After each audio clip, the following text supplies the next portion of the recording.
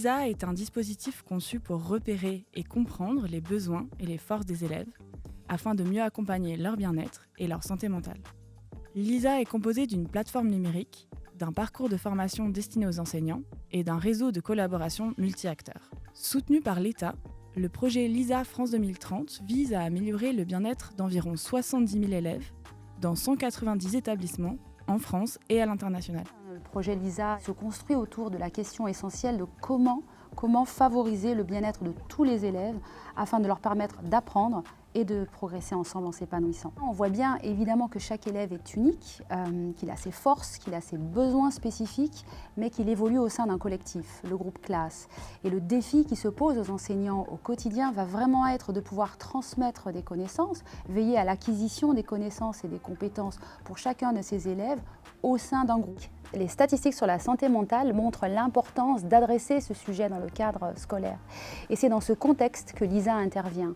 Alors on a de nombreux dispositifs qui existent évidemment, au rang desquels les PAP qui accompagnent les élèves et qui exigent un diagnostic formel pour offrir un soutien.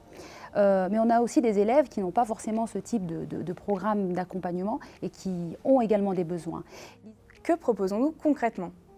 LISA offre des formations, des outils et des ressources élaborés à partir d'une collaboration interdisciplinaire d'enseignants, cliniciens, chercheurs et ingénieurs. Grâce à cette co-construction, les ressources sont à la fois scientifiquement rigoureuses et adaptées à la réalité scolaire. Au cœur de cette initiative se trouve une plateforme numérique qui comprend un outil de repérage et une base de ressources qui propose des interventions concrètes à mettre en place dans la classe. Le questionnaire Facettes, qui comprend 12 questions, permet aux enseignants de faire une observation systématique et structurée de chaque enfant. À partir des réponses fournies au questionnaire, un tableau de bord individuel se génère et offre un résumé des forces et des besoins de chaque élève, ainsi que des suggestions pour les enseignants. Alors ces suggestions sont présentées sous forme de fiches simples et pratiques, prêtes à l'emploi. La base de ressources Lisapédia est quant à elle composée de toutes les fiches pratiques prêtes à l'emploi, ainsi que des hyperliens permettant d'accéder à des ressources externes, pédagogiques et théoriques. LISA propose également des formations pratiques, en ligne et en présentiel, qui sont adaptées aux besoins des enseignants.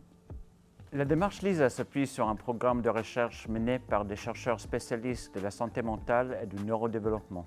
Ce programme s'appuie sur un comité éthique scientifique international, assurant ainsi la rigueur, le respect du cadre éthique et la protection des données.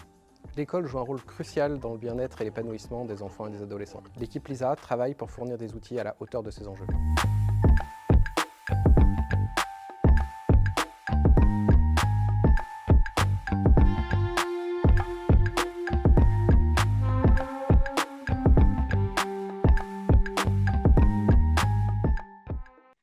Et donc justement, aujourd'hui, on accueille donc Mickaël Jury, merci beaucoup d'être là, donc qui est enseignant-chercheur à l'Université Clermont-Auvergne, membre du laboratoire ACTE et de l'Institut universitaire de France. Donc, en plus de son activité où il forme des enseignants à la fois ordinaires et spécialisés, il mène en parallèle des travaux de recherche qui portent sur la scolarisation inclusive. Et c'est en particulier une recherche de compréhension des freins et des leviers à la mise en œuvre de cette même scolarité inclusive, d'un point de vue de la psychologie sociale qu'il mène ses recherches. Et une autre partie de ses travaux porte également sur un outillage plus concret des enseignants pour les soutenir dans ce défi de l'école inclusive. Donc voilà, je vous laisse la main, Mickaël. Merci encore d'être là. Merci Antonina. Bonjour à tous et à toutes. Antonina, est-ce que vous pouvez me confirmer que là, les gens ils peuvent d'ores et déjà écrire dans le chat ou pas? Ouais. Du coup, je veux bien en parallèle, pendant le début de ma présentation, que vous indiquiez votre profession dans le chat, juste pour que je me rende compte à qui je parle tout de suite, comme ça m'aidera. En fait, je dis ça et je ne sais même pas si je vais pouvoir regarder en parallèle, mais je vais On pourrait essayer. faire le relais si vous voulez. Non, bah en fait, je peux pas voir. Bon, c'est pas grave. Bah, je regarderai après. Bien.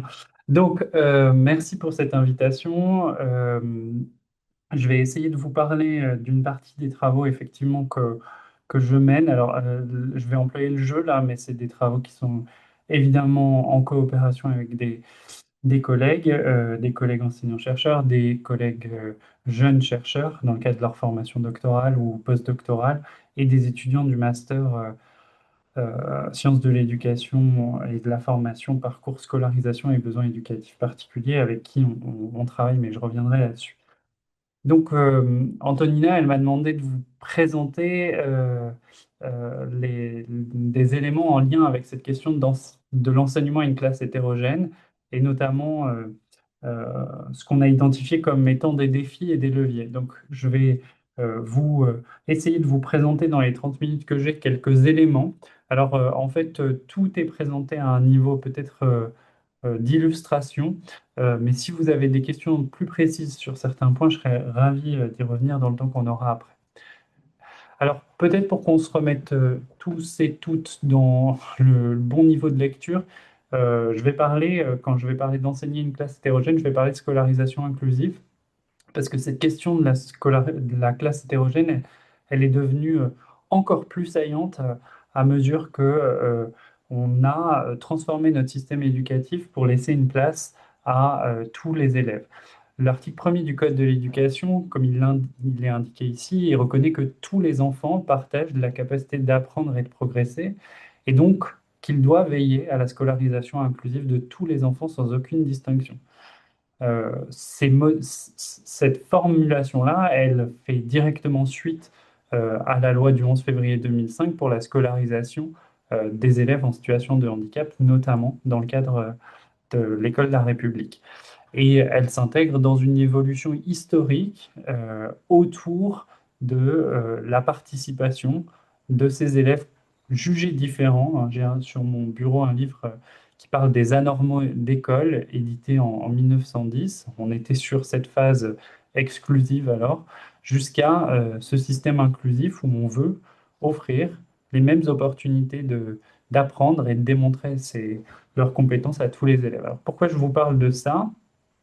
Euh, Déjà, parce que en fait, il y a quand même encore un peu d'imprécision dans la tête de l'ensemble des acteurs du système éducatif, et puis aussi évidemment des acteurs qui gravitent autour de la scolarisation de tous les élèves. Et en fait, qu'est-ce que c'est que cette scolarisation inclusive? Pour juste encore une fois qu'on soit bien d'accord, c'est une scolarisation qui fait de l'établissement local le lieu de l'éducation de tous les enfants ou adolescents. Elle vise à répondre au mieux aux besoins de chaque élève, et elle est un processus qui amène l'établissement scolaire à trouver des solutions pour scolariser tous les enfants de la manière la plus ordinaire possible. Ce que ça veut dire, c'est qu'en s'engageant dans ce paradigme de scolarisation inclusive, on a accepté que ce n'était plus l'enfant qui devait s'adapter au système, mais bien le système qui devait se transformer pour lui permettre d'avoir les mêmes opportunités d'apprendre et de démontrer ses compétences. Serge Thomaset, il l'a résumé par cette formule-là. La scolarisation inclusive, c'est une politique de scolarisation qui part des adaptations structurelles, organisationnelles et pédagogiques, en fait, souhaite rendre possible pour tous les élèves, et quels que soient leurs besoins, une scolarité optimale en milieu ordinaire. Alors, ce n'est pas une spécificité française, hein, cette question de la scolarisation inclusive, ça s'inscrit dans une logique internationale. La France, elle a ratifié notamment la Convention de 2010, et ça s'oppose donc au système, mais c'est des préoccupations qu'on va retrouver. Ce dont on va parler maintenant, c'est des préoccupations qu'on va retrouver dans plusieurs pays, évidemment. Alors, comment ça se matérialise?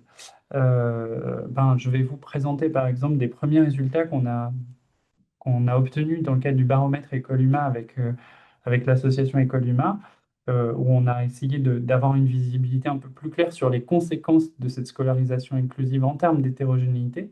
Et dans nos résultats, donc là c'était une étude auprès de environ 1 millier d'enseignants du premier et du second degré, on avait une classe moyenne de 24 élèves par classe, dont 6 ont des besoins éducatifs particuliers. Alors, je vous alerte sur le fait qu'on ne sait pas si c'est 6 élèves qui ont un diagnostic et une notification, hein. C'est 6 élèves dont les enseignants ont estimé en moyenne qu'ils avaient des besoins éducatifs particuliers. Alors, évidemment, ces chiffres, ils tranchent avec ceux de l'ADEP, hein, qui, en fait, quand elle communique, la direction l'évaluation de la prospective et de la performance sur le système éducatif, elle va communiquer surtout autour des élèves qui ont notamment une notification et un plan personnalisé de scolarisation. Dans la vidéo, on nous parlait de PAP. En fait, le décompte des élèves avec un PAP, alors que ça paraît être facile, en fait, c'est visiblement toujours très compliqué à obtenir comme information. Et si on regarde à quoi ressemble le type de besoin que présentent les élèves, en tout cas tel que recensé par les enseignants, ben, on va avoir des élèves avec des difficultés cognitives en majorité, puis des élèves avec des difficultés comportementales et émotionnelles. Puis les difficultés sensorielles ou les difficultés motrices viennent dans un second temps. Donc ça veut dire que, en fait, quand on enseigne dans ce contexte-là, et si on pense aux collègues du second degré qui, du coup, ont plus de classes, on voit bien que potentiellement, on est face à un contexte qu'on peut raisonnablement qualifier d'extrêmement exigeant et qui génère de multiples défis euh, pour le travail sur le terrain. Alors, je vais vous présenter à partir de maintenant quelques exemples de ces défis euh, sur la base toujours des travaux qu'on a pu mener. Le, le premier axe sur lequel je vais vous présenter une illustration, c'est les travaux qu'on a menés sur les préoccupations associées à la mise en œuvre de cette scolarisation inclusive et notamment de l'hétérogénéité de la classe. Alors, je l'ai dit, cette question de la scolarisation inclusive, elle ne concerne pas que la France et euh, la mesure des préoccupations, en fait, on en trouve trace, par exemple, dans le contexte indien au début des années 2000.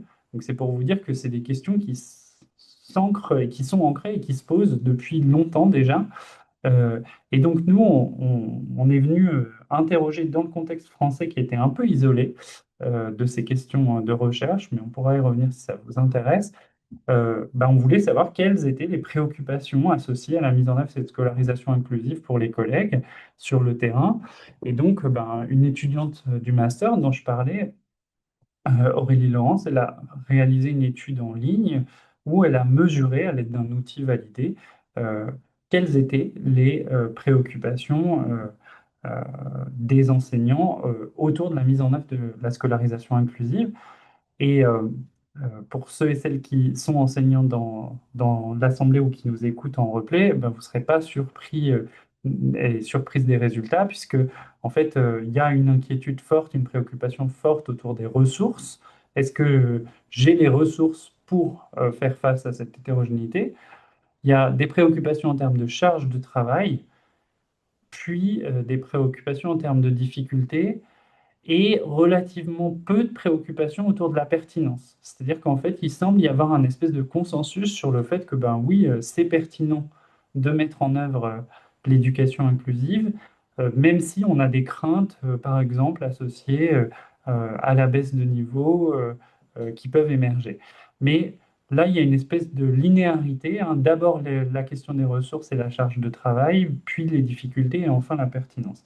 Ce qui est intéressant dans des développements postérieurs, c'est qu'on a montré que ces préoccupations, elles sont plus marquées dans le premier degré et particulièrement en maternelle. C'est-à-dire qu'on a vu que les collègues de maternelle, en fait, les collègues de maternelle, ça s'explique par le fait que l'hétérogénéité, elle est déjà hyper importante, ne serait-ce que sur un plan purement développemental, hein, entre un enfant qui rentre à 2 ans et 9 mois et un enfant qui rentre à 3 ans et 9 mois en septembre.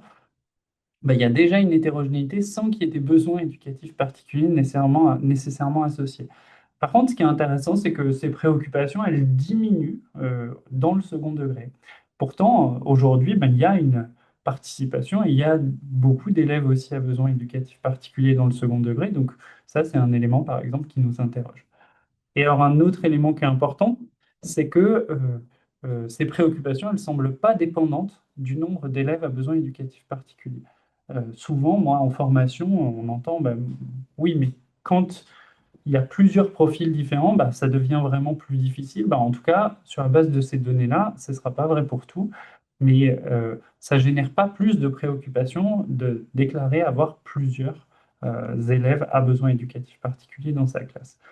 Alors ça, c'est un premier défi, hein, c'est que évidemment, si on a des préoccupations, on est moins disponible cognitivement aussi pour les tâches, la préparation, la régulation, etc.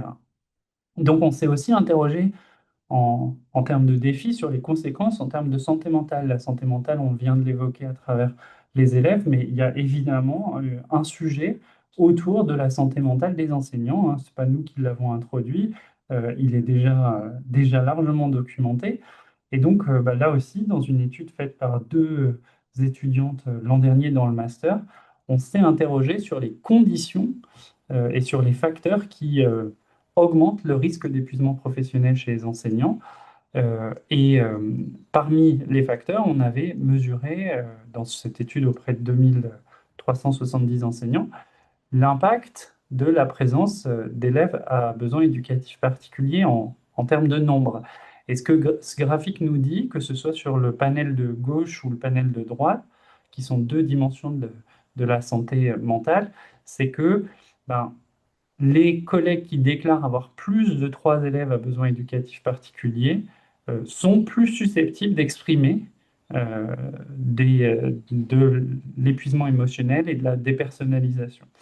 Euh, Ce qui est intéressant, c'est que dans notre échantillon, il y avait des gens qui ont déclaré qu'ils n'étaient pas concernés, qu'il n'y avait pas d'élèves à besoins éducatifs particuliers. Alors, je ne sais pas qui sont ces gens, parce que moi, je ne connais pas, je connais pas beaucoup de classes où il n'y a pas d'élèves à besoins éducatifs particuliers. Mais on voit qu'en tout cas, ils sont beaucoup plus proches, d'ailleurs, statistiquement, c'est pas significativement différent, des collègues qui ont moins de 3 élèves à besoins éducatifs particuliers. Donc, en fait, peut-être qu'ils ne pensent pas cette question-là, cette question de l'hétérogénéité, c'est peut-être pas une question qui se pose et ils sont un peu moins à risque d'épuisement et de dépersonnalisation. Donc on a dit des préoccupations associées à la mise en œuvre de la scolarisation inclusive, un risque d'épuisement professionnel. Puis si on continue sur le tableau des défis, il se pose aussi la question du sentiment d'efficacité personnelle. Je vous assure, après, ça va mieux, hein. Là, on fait un peu le tableau et puis après, on va essayer de résoudre la question. Euh, Nous, en formation, cette question de est-ce que je me sens capable de mettre en œuvre des pratiques inclusives, c'est vraiment une question qui est centrale, que ce soit en formation initiale ou en formation continue. Euh, on a des collègues qui s'interrogent sur la capacité professionnelle à mettre en œuvre des gestes professionnels adaptés. Euh, Ce qu'on constate dans la littérature, c'est très clair, c'est que la formation, elle contribue à développer un sentiment d'efficacité personnelle sur ces questions-là. C'est-à-dire que nos enseignants en KPI, la certification des enseignants spécialisés, ils ont un meilleur sentiment d'efficacité personnelle, probablement, on l'espère en tant que formateur en KPI, parce qu'on leur a apporté 300 heures de contenu sur la scolarisation des élèves à besoins éducatifs particuliers. Mais dans cette étude-là que je vous présente, je voudrais vous alerter sur un point. Il y a 3 dimensions dans la mesure qu'on a utilisée, notamment une mesure sur l'enseignement. Et il y a un item qui a attiré notre attention, c'est que en fait, on a moins de 20%, que ce soit dans le premier ou dans le second degré, des collègues qui ont répondu. Donc là, sur le millier de collègues, qui ont répondu qu'ils étaient d'accord ou tout à fait d'accord avec l'idée qu'ils se sentent confiants pour concevoir des exercices pour les élèves à besoin, pour que les besoins des élèves à besoins éducatifs particuliers soient satisfaits. C'est quand même assez faible, hein. Seulement 20% qui sont d'accord pour dire qu'ils ont un niveau de confiance là-dessus. Quand on sait les répercussions du sentiment d'efficacité personnelle, c'est un peu préoccupant. Alors, si on voit le verre plutôt à moitié plein, il y a d'autres composantes dans la mise en œuvre de la scolarisation inclusive et notamment le travail avec d'autres collègues. Et là, il y a un niveau de confiance qui est beaucoup plus important sur ce travail collaboratif. Alors, c'est assez marrant parce que quand on s'intéresse aux travaux sur le travail collaboratif, c'est pas toujours aussi facile que ça de travailler avec d'autres professionnels que soi. Mais en tout cas, il y a un niveau de confiance qui semble un peu plus important sur cette dimension de la scolarisation inclusive. Le dernier point, en termes de défis, cette liste est non exhaustive, hein. Le dernier point que je voudrais aborder, c'est un point qui est plus systémique, je dirais. C'est comment, en fait, est-ce que la gestion de l'hétérogénéité de la classe, elle est compatible avec le fonctionnement même du système éducatif. Moi, c'est vraiment le cœur de mes travaux, cette question-là. En fait, le système éducatif, il a deux fonctions. Une fonction de formation et une fonction de sélection. Alors, je m'excuse pour les collègues enseignants qui sont là parce que ça fait toujours un peu, ça peut faire un peu tiquer, mais en fait, nos systèmes éducatifs, vous le savez, ils contribuent à euh, orienter les élèves, à identifier les élèves les plus capables, les plus motivés, qui occuperont les meilleures positions, les meilleures formations. Et donc, même si c'est pas écrit dans les textes, cette fonction de sélection, c'est écrit à partir de l'université seulement, on a ce rôle-là. Euh, S'il y a des collègues qui enseignent en maternelle, là, en fait, vous êtes tout à fait capable de faire des prédictions sur la base des premiers mois de scolarisation sur quel élève va être ajusté au système éducatif et a plus de chances de réussir qu'un autre. Et en fait, dans mes travaux, on s'est interrogé sur la question de la compatibilité entre, d'une part, une politique de gestion de l'hétérogénéité qui dit précisément qu'il faut favoriser la participation de tous et toutes à l'école, euh, et une fonction de sélection qui, en fait, euh, va chercher à mettre en compétition, en comparaison des élèves qui, en fait, ne sont pas comparables dès le départ. Et le nœud sur lequel on a travaillé dans mes travaux de recherche, c'est qu'on a d'un côté des pratiques pédagogiques qui sont centrées sur les réponses aux besoins des élèves, et de l'autre, dans cette fonction de sélection, on a un système qui se revendique de la méritocratie scolaire où tous les élèves sont censés être sur la même ligne de départ.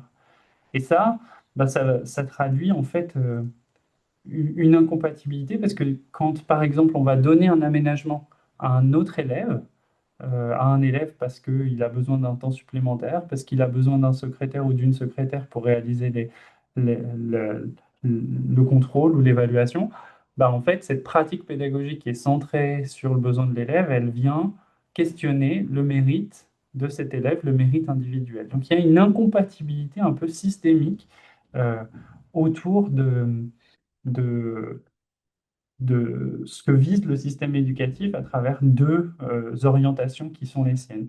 Et là aussi, on n'est pas les premiers à l'avoir dit, mais dans le système anglo-saxon, cette proposition a déjà été formulée à la fin des années 2000. Elle n'a jamais été testée empiriquement. Nous, on a apporté dans différents travaux des preuves empiriques de cette incompatibilité.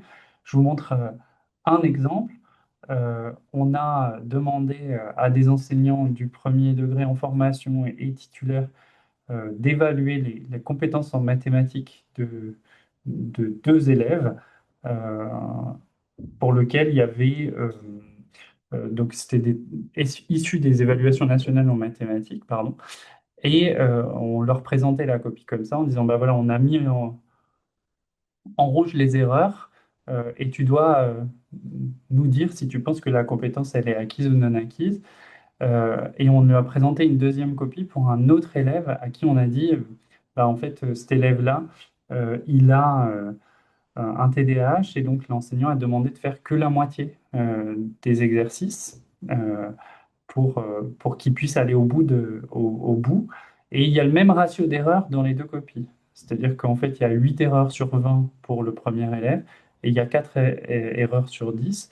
Et ce qu'on va voir apparaître, c'est que euh, l'élève sans besoin éducatif particulier va être jugé plus compétent que l'élève avec besoin éducatif particulier qui a cet aménagement-là, alors que le ratio d'erreur est en fait le même. Et ça, c'est une situation qu'on va retrouver vraiment de manière prototypique dans les situations de classe quand on met en œuvre la scolarisation inclusive.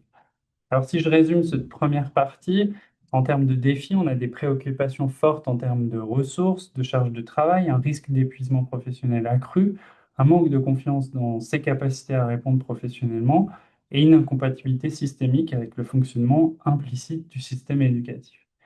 Donc, si on essaye maintenant de basculer sur la logique de levier, pour essayer de récupérer du pouvoir d'agir, là, tous ensemble, autour de ces questions de gestion d'hétérogénéité, nous, on a essayé de travailler notamment, c'est ce que Antonina a expliqué, sur la question de l'outillage pour répondre aux besoins des élèves et je vais vous présenter un exemple de ça. On a travaillé sur l'impact de la formation, du travail en partenariat pour restaurer cette question du manque de confiance, pour répondre à cette question du manque de confiance, pardon. Et on a aussi travaillé à une meilleure compréhension pour réduire l'incompatibilité des politiques en formation notamment. Et on voit que ça améliore sensiblement les choses, notamment sur la question de l'évaluation. Alors, dans le temps qui m'est donné, je vais me focaliser sur un exemple, sur la mise en œuvre de pratiques d'enseignement inclusives. Déjà, là aussi, pour qu'on soit d'accord, de quoi on parle? Alors, il y a plein de pratiques inclusives, des pratiques d'enseignement, il y en a de différentes sortes, mais je voudrais prendre l'une d'entre elles dont on entend beaucoup parler, qui est celle de l'adaptation. Et je vais m'appuyer sur les propos de Sarah Lié qui explique que l'adaptation, ça désigne des aménagements qui doivent permettre à l'enseignant d'organiser de façon judicieuse la rencontre des objets d'enseignement avec l'élève. Et ce qui est vraiment fondamental derrière cette logique d'adaptation, c'est qu'on ne propose pas des situations non épurées de difficultés liées à l'apprentissage, mais exemptes d'obstacles liés à ses besoins particuliers. Si je le dis autrement, je pourrais dire ça, adapter, c'est éviter de transformer une situation d'apprentissage en situation de handicap. Euh, Nous, on s'est interrogé euh, autour d'un outil, par exemple, pour euh, répondre à cette logique d'adaptation. En fait, euh, la, je tiens à dire que je ne suis pas en contrat avec les différentes maisons d'édition et les différents exemples que je vais vous montrer, mais on a de plus en plus de manuels qui sont disponibles euh, dans une version école inclusive. Et donc nous, on a voulu savoir vu que la préoccupation, c'est la question des ressources, bah, déjà, est-ce qu'ils s'emparent des ressources? Est-ce que les collègues s'emparent des ressources? Et est-ce que ces ressources, elles sont efficaces? Parce que finalement, si elles servent à rien, ça n'a pas beaucoup d'intérêt. Et donc, Maïssa Toubal, qui finit sa thèse en ce moment, qui est dans l'écriture, la rédaction finale, elle a notamment essayé d'interroger dans son travail deux outils, l'efficacité de deux outils, un manuel un fichier d'entraînement en français et un fichier d'entraînement en mathématiques auprès d'élèves de cycle 2 et de cycle 3. Euh, et je vais vous présenter une partie des résultats de ce travail-là. Alors, sur cette image, vous voyez l'exemple du fichier Cléo qui est non accessible, qui est dans sa version classique. Si on regarde l'un des points clés de ce fichier-là, c'est la question de la consigne. La consigne, en fait, elle regroupe trois consignes. Lis le texte, réponds aux questions, puis souligne les indices qui t'ont aidé à répondre. Alors, elle a d'autres défauts en termes d'accessibilité, cette fiche-là, mais ça, c'est un élément clé sur lequel ils vont travailler puisqu'ils vont séparer, lis le texte, réponds aux questions, et dans le texte, souligne les indices qui t'ont permis de répondre. On est d'accord, probablement, tous et toutes, là, que c'est un peu le niveau zéro d'adaptation. On a juste essayé de limiter la confusion cognitive qui pouvait être associée à une consigne qui se trouve en haut de la page et qui peut très vite être oubliée à la fin de l'exercice 4 si on fait faire les quatre exercices. Et donc, ce qu'on a fait, c'est qu'on est allé dans une vingtaine de classes de CE2 et de CM1 dans l'Académie de Clermont-Ferrand. Et on a fait passer ces deux fichiers, on a fait faire des exercices sur ces deux fichiers, puis on a regardé simplement comment les élèves travaillaient sur ces deux fichiers. La bonne nouvelle sur cet outil en français, c'est que tous les élèves, indépendamment de s'ils avaient ou non des besoins éducatifs particuliers, avaient des meilleurs résultats avec le fichier adapté, euh, la deuxième version, qu'avec le fichier classique. Donc on peut se réjouir en se disant euh, qu'ils ont démontré davantage de compétences à l'aide de ce fichier. Mais ce qui nous a intéressé, un des points qui nous a intéressé, c'est dans les consignes, je vous ai dit le point 3, là, c'est souligne les indices du texte qui t'ont aidé à répondre. Et là, on travaillait la compétence de la compréhension de l'implicite à travers ces exercices-là. Et pour savoir si les élèves n'ont pas répondu au hasard, c'est quand même important de savoir si ils ont utilisé le bon indice pour répondre. Et donc, on a été mesuré dans quelle mesure ils avaient respecté ou non la consigne. Et alors, c'est vraiment un résultat qui est très intéressant parce que si on regarde le manuel classique, il y a près de 85% des élèves qui n'ont pas respecté la consigne, qui n'ont pas souligné à l'issue de la réponse à la question l'indice les a aidés à répondre. Dans la version adaptée, bah, le rapport est complètement inverse. On est à près de 83% d'élèves qui ont souligné parce que tout simplement, cognitivement, on leur a permis de se rappeler de cette information-là. Et quand on regarde en fonction des besoins de l'élève, on va retrouver exactement la même logique. On a euh, davantage d'élèves à besoins éducatifs particuliers qui n'ont pas respecté la consigne, mais vous voyez qu'on est à près de 80% pour les élèves sans besoin, hein. Et quand on regarde, ben, cet outil il reste plus profitable aux élèves sans besoins éducatifs particuliers, mais les élèves avec besoins éducatifs particuliers, quand même, ils sont entre les moins de 10%, ils passent à plus de 60% du respect de la consigne.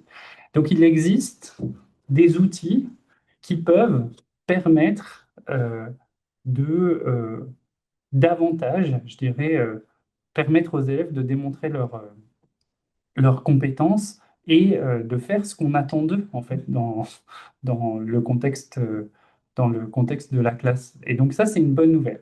Alors par contre, il y a un petit mais quand même, c'est que ben, il ne suffit pas qu'un outil fonctionne pour qu'il soit adopté, hein, sans compter évidemment la liberté pédagogique d'utiliser ou pas ce type d'outil. Moi, je fais pas de recommandation ici, je dis juste que probablement ce découpage des consignes explicites, c'est vraiment une bonne idée, à minima.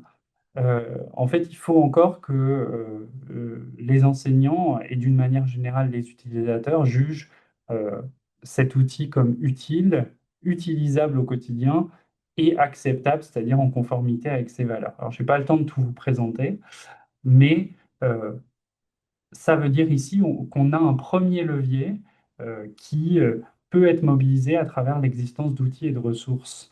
On a un deuxième levier sur lequel on doit travailler collectivement, à mon avis, c'est ce qu'on appelle la conception universelle de l'enseignement, euh, qui est un, qui nous vient de l'architecture et qui dit qu'en fait, on doit travailler à ce que les environnements soient accessibles. J'ai dit que la politique de scolarisation inclusive, elle était née de la mise en œuvre euh, d'un modèle plus social, d'une compréhension du rôle de l'environnement.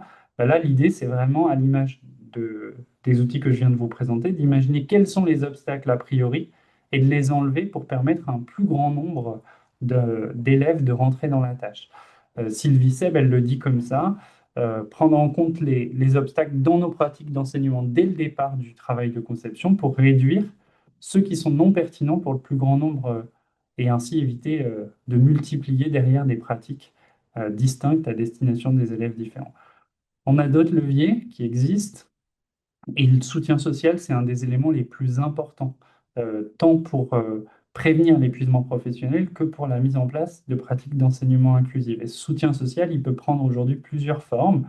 Je vous en donne quatre exemples. On a la mise en place des passes, dont on peut espérer qu'ils représentent une réelle opportunité pour apporter un soutien social fort. On est en train de mener des recherches sur cette question-là. On a le co-enseignement, qui est une pratique qui est beaucoup plus développée ailleurs que chez nous, mais qui a fait la preuve aussi de son efficacité. On a aussi le travail avec les familles, et notamment à parité d'estime, hein, qui peuvent être un soutien social fort, ou encore le travail avec l'AESH, qui parfois est un peu trop négligé, ce travail partenarial avec la ESH. Donc si j'essaye de conclure, je suis désolé, je suis allé un peu vite sur la fin, parce que j'avais un peu trop prévu. Euh, Enseigner une classe hétérogène, c'est une composante essentielle des métiers de l'enseignement aujourd'hui.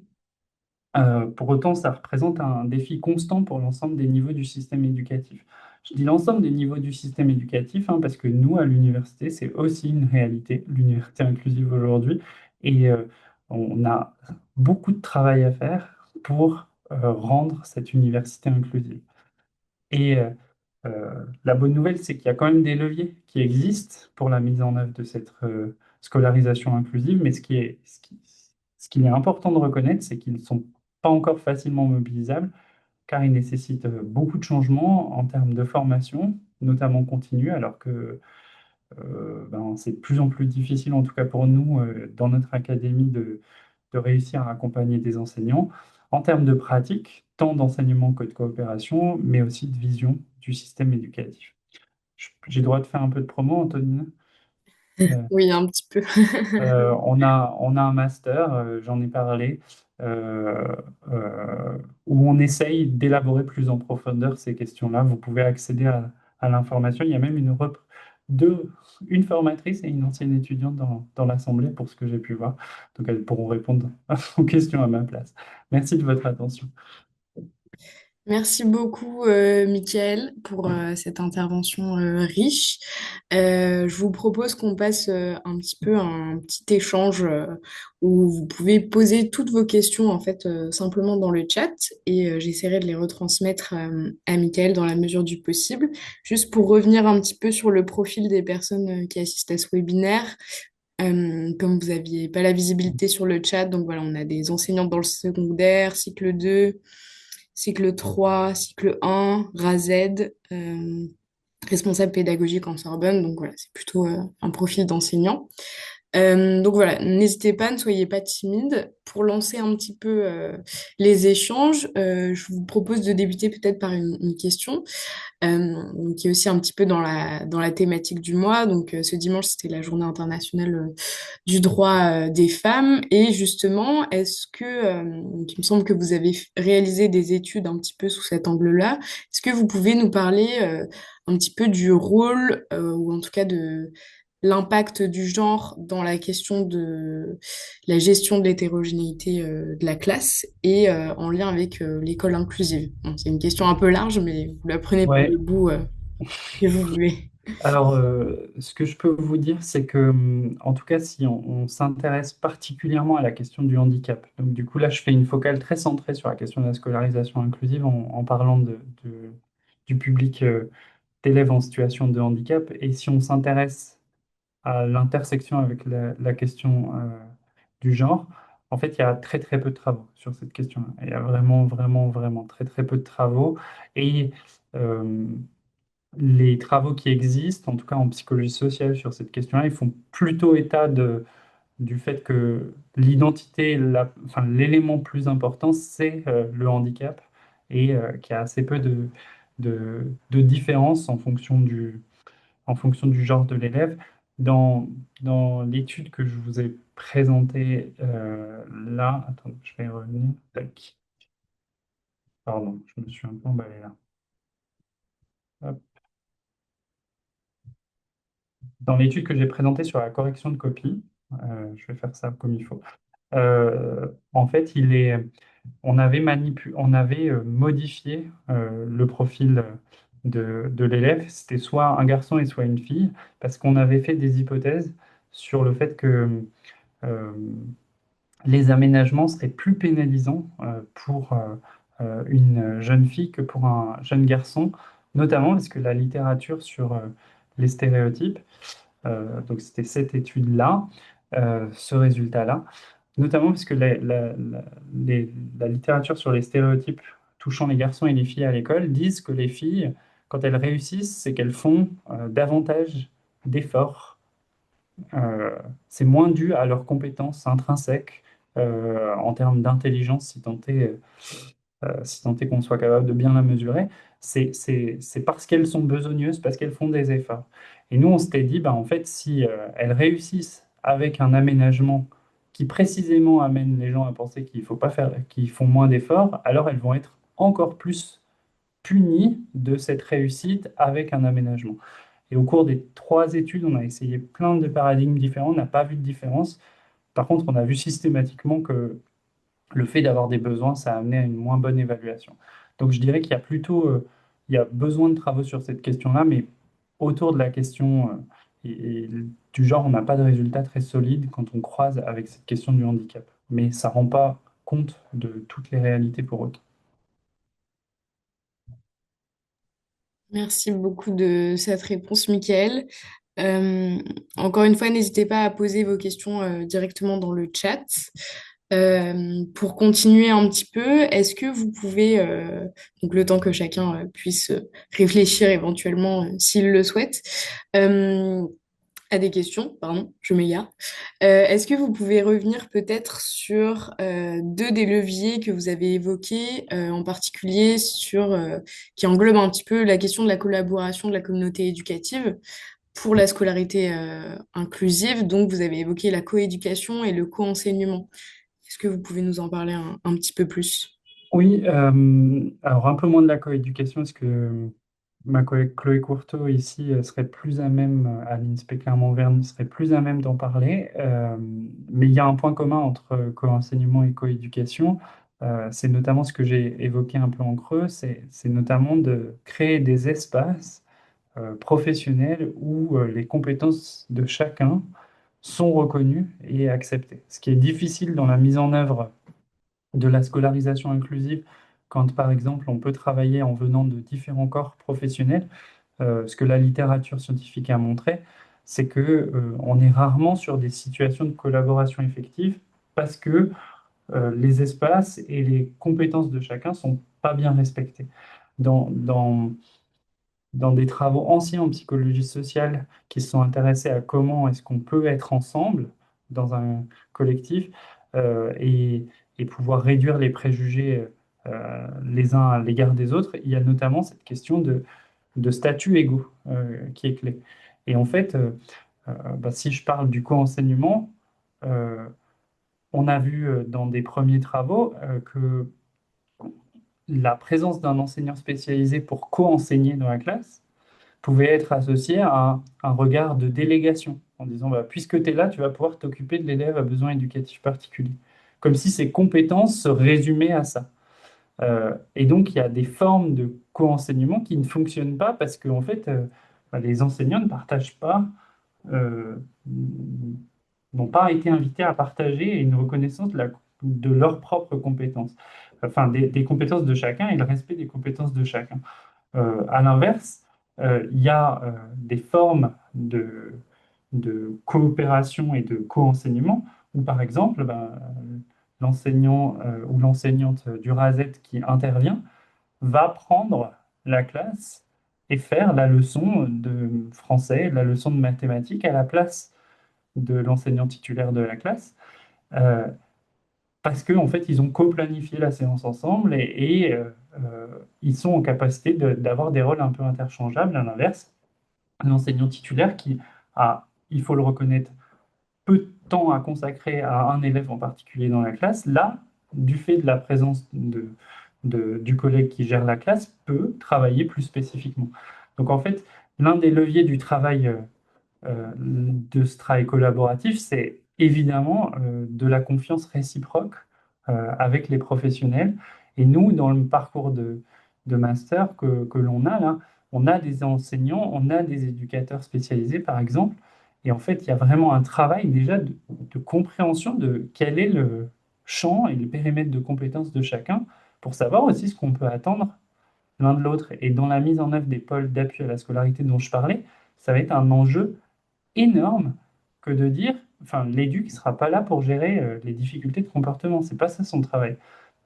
Son travail, c'est d'être ressource pour le collectif, pour permettre de prévenir ou de réguler les difficultés de comportement qui pourraient se manifester dans certaines situations. Donc voilà, le cœur de ce travail collaboratif, c'est déjà euh, de bien comprendre avec qui on travaille et ce qu'on peut attendre de lui et euh, de lui reconnaître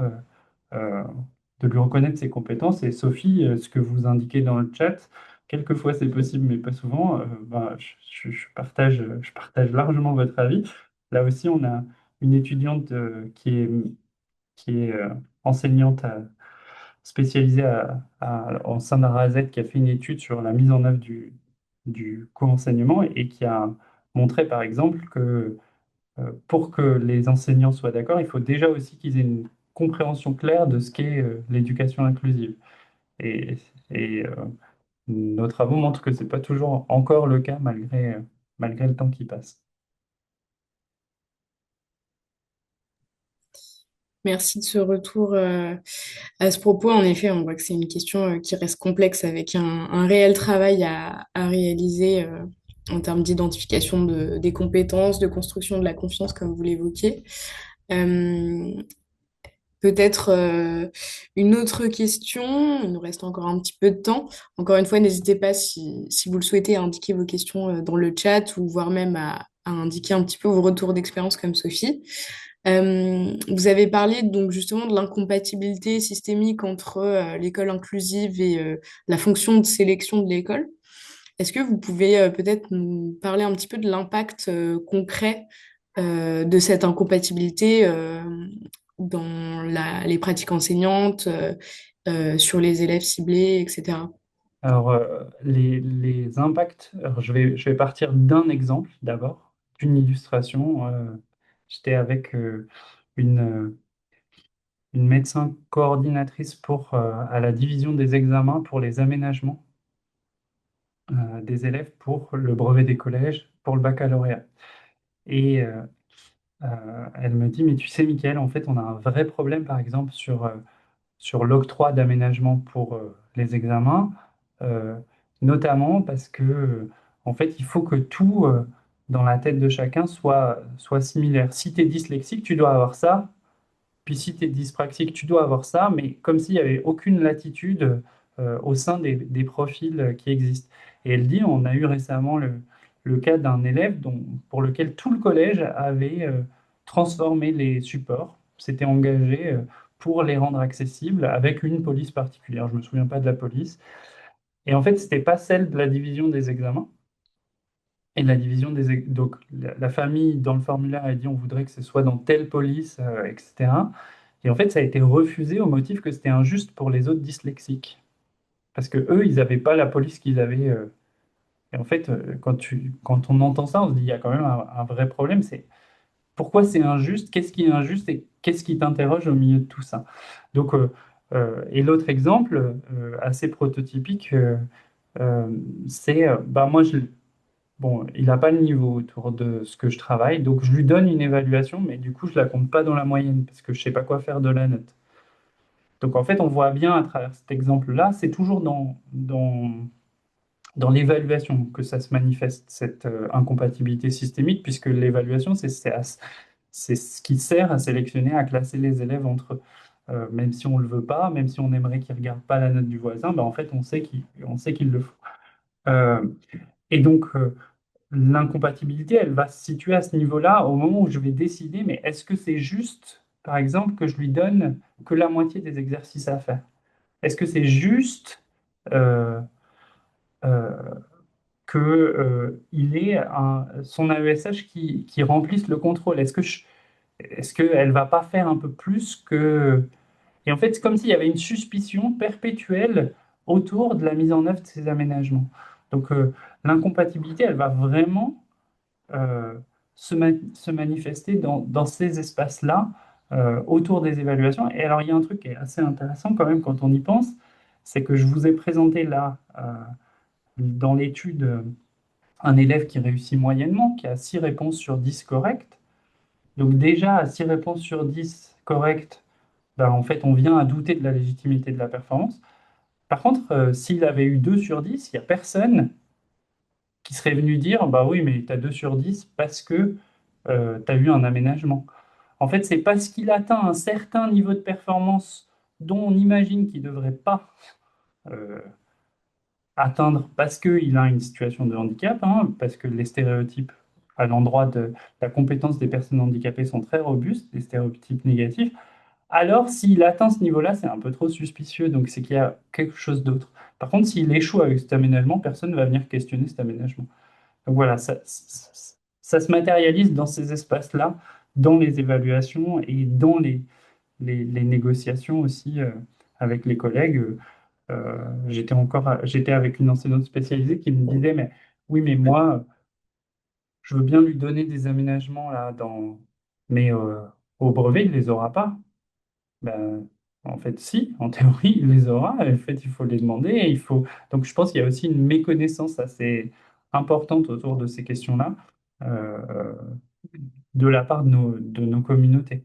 Mais du coup, quand je parle de ça, moi, j'ai aussi l'occasion parfois d'en parler à des cadres, parce que comme je le situais avec l'illustration du début sur la division des examens, bah, en fait, il y a aussi des cadres qui ont besoin de comprendre cette ambiguïté-là.